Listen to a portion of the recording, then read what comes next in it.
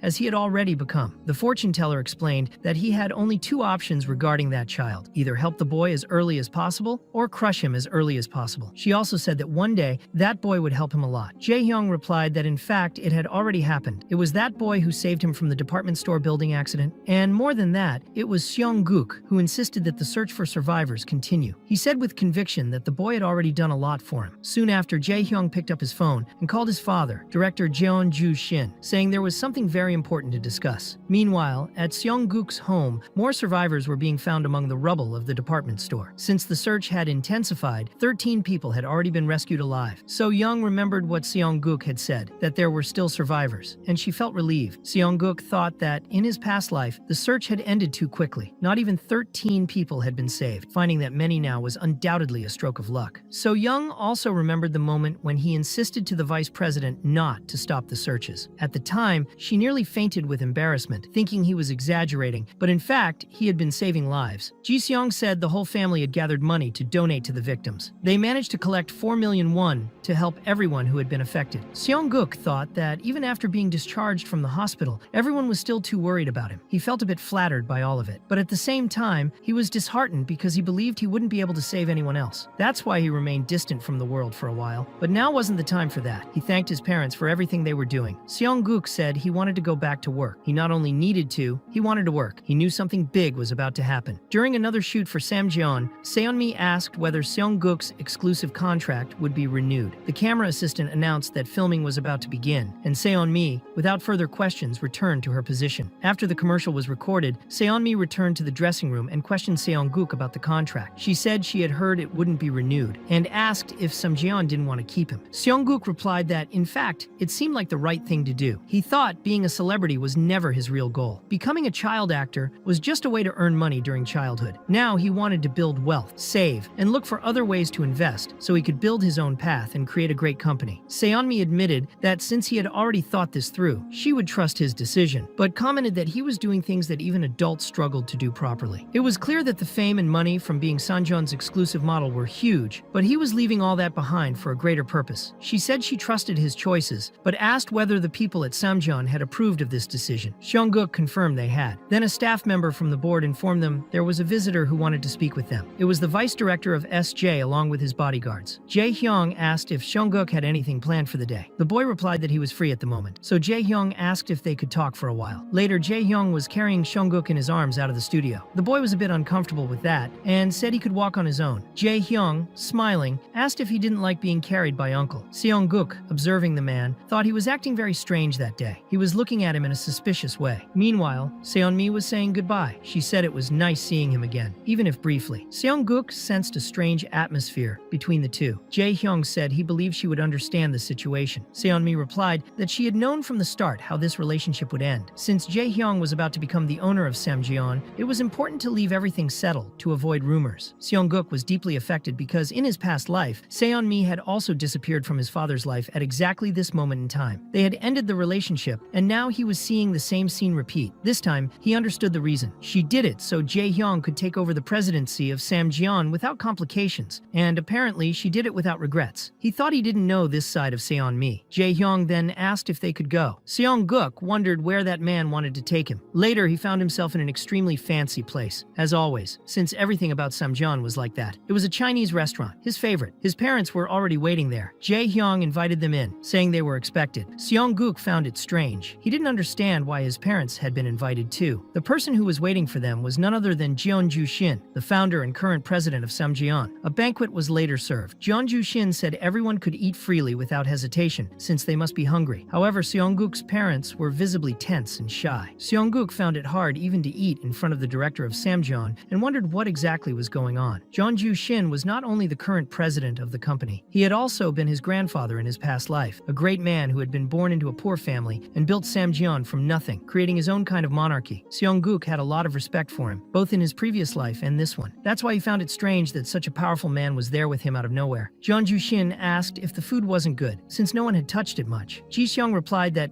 it was delicious, but what mattered most was understanding the reason for that meeting. Jeonju Shin explained that Seongguk had saved his son's life and also Samjeon's reputation, and he simply wanted to express his gratitude. But there was more. He felt he needed to meet in person the child his son wanted to adopt. Ji-seong was confused, asking what that meant. Jeonju Shin then stated that he would like to become Seongguk's guardian. He planned to offer education and everything the boy needed to become an excellent adult, everything he could wish for. And if in the future he wanted to join Samjeon, a special position would be guaranteed. Ji-seong wanted to know why he was going that far. Jeonju Shin explained that Seongguk had saved his life, and he was simply repaying that debt. In fact, he also recognized the immense value the boy had. Seongguk was a child with enormous potential, and he was curious to see how far that boy could go. Jeonju Shin added that it seemed like his own son wanted to adopt Seongguk as his son too, and asked if, by any chance, Seongguk would like to become his grandson. Seongguk reflected and thought there didn't seem to be any hidden intentions. It appeared to be just a direct sponsorship. Even so, maybe there was something else he still didn't understand. Either way, there was no reason to refuse. He said that actually it was amazing, and that he would accept becoming his grandson. Jae-hyung replied that he wouldn't go easy on him. He would pressure him until he became a talent. Seongguk said he didn't mind. Ji-seong, upon hearing that, felt a bit nervous, but Jeonju Shin commented that he really liked the boy, and that since he was so smart, he wanted to train him personally. However, Seongguk interrupted, saying he had something to say. He stated that at his age, he shouldn't work so much, and also drank too much. He needed to rest. Seongguk remembered that, in his past life, his respected grandfather was a workaholic, and also addicted to alcohol. He lived like that until the end of his life, never never slowing down. Seong-guk said he needed to stay healthy. Jeon Ju-shin agreed, recognizing that health was the most important thing. He then began speaking directly with Ji-seong, and Jae-hyung became thoughtful. Maybe Seong-guk was right. Lately, he had been feeling chest pains. At the next day's lunch, Ji-seong presented his new dish, a famous item from the Jamsil branch, the original special bossum. Seong-guk thought that, to be honest, it wasn't that bad. Mi-young apologized for not being present at the store's opening, but Ji-seong replied that there was no need to worry so much. He knew that Seon-mi was very busy managing Samjeon. Seong-guk thought that over the past month his family had been extremely busy. First, his father finally opened the store he had always dreamed of. His mother also decided to help, getting hands-on. While the two of them focused on work, Seong-guk became responsible for taking care of his younger brother. At the same time, manager Mi-young remained involved with Samjeon's commitments, since a star like him had temporarily stepped away from the media. It wasn't easy to fill the space he had left behind. Mi-young asked if he had been enjoying his childhood in recent days, now that he was taking a break from work and doing the things he had always wanted to do. Seong-guk replied that he had. Based on the money he had accumulated so far, he put together an investment portfolio and developed a strategy based on the IMF's future projections. So-young asked Mi-young for help, saying she needed to persuade Seong-guk because he was refusing to go to kindergarten. Mi-young said that things wouldn't work like that. As smart as he was, he couldn't simply skip a stage of school. Seong-guk thought he would never accept that. With his age and accumulated experience from another life, it made no sense to place him among 5- or 6-year-olds. It would be a complete waste of time. He stated that he didn't need to go to kindergarten and would study at home. But suddenly, Secretary Yang knocked on the door with a very serious expression on his face. Seong-guk wondered what had happened. Crying, the secretary revealed that he had come to deliver important news. He brought with him the obituary of Jeon Ju-shin, the director of Samjeon. Naturally, all attention turned to this event that day. Everyone attended the funeral, still in shock. Jeon Ju-shin had seemed so healthy, even at his age. Secretary Yang was very grateful for everyone's presence, especially considering how sudden the announcement had been. Ji-seong replied that of course they would make a point of being there. He had been very generous to Seong-guk and the entire family. The secretary informed them that the funeral hall was already crowded with people from political and business circles, which would make it difficult to bring Seong-guk there. Even so, Seong-guk was deeply shaken. After all, Jeon Ju-shin had been his grandfather in his past life, and once again he was gone. Seong-guk had even advised him to slow down and stop drinking, but it seemed it was all in vain. The secretary said he would take Seong-guk there quickly so he could pay his final respects, and then bring him back. So-young also offered her condolences. Seong-guk reflected on everything. Secretary Yang not only brought the news of his grandfather's death, but also informed him that the vice president was looking for him. Jae-hyung was deeply shaken. Now he carried a huge burden on his shoulders. He had become the new director of Samjeon. Seong-guk commented that he looked tired. Jae-hyung agreed, saying that it was extremely difficult to deal with everything. Nothing that was happening was trivial. Now he had the responsibility of keeping his father's legacy alive and passing it on intact to the next generations. He was the heir responsible for leading that massive corporation. Jae-hyung asked directly if Seong-guk would accept the sponsorship, but he replied that his parents would take care of that decision. Even so, Jae-hyung insisted, wanting to hear his opinion. Seong-guk replied that yes, he would accept. Jae-hyung was pleased and said that by the following month, everything would be ready. Secretary Yang would prepare his transfer to Samjeon Kindergarten. Later, there he was, finally beginning his journey to the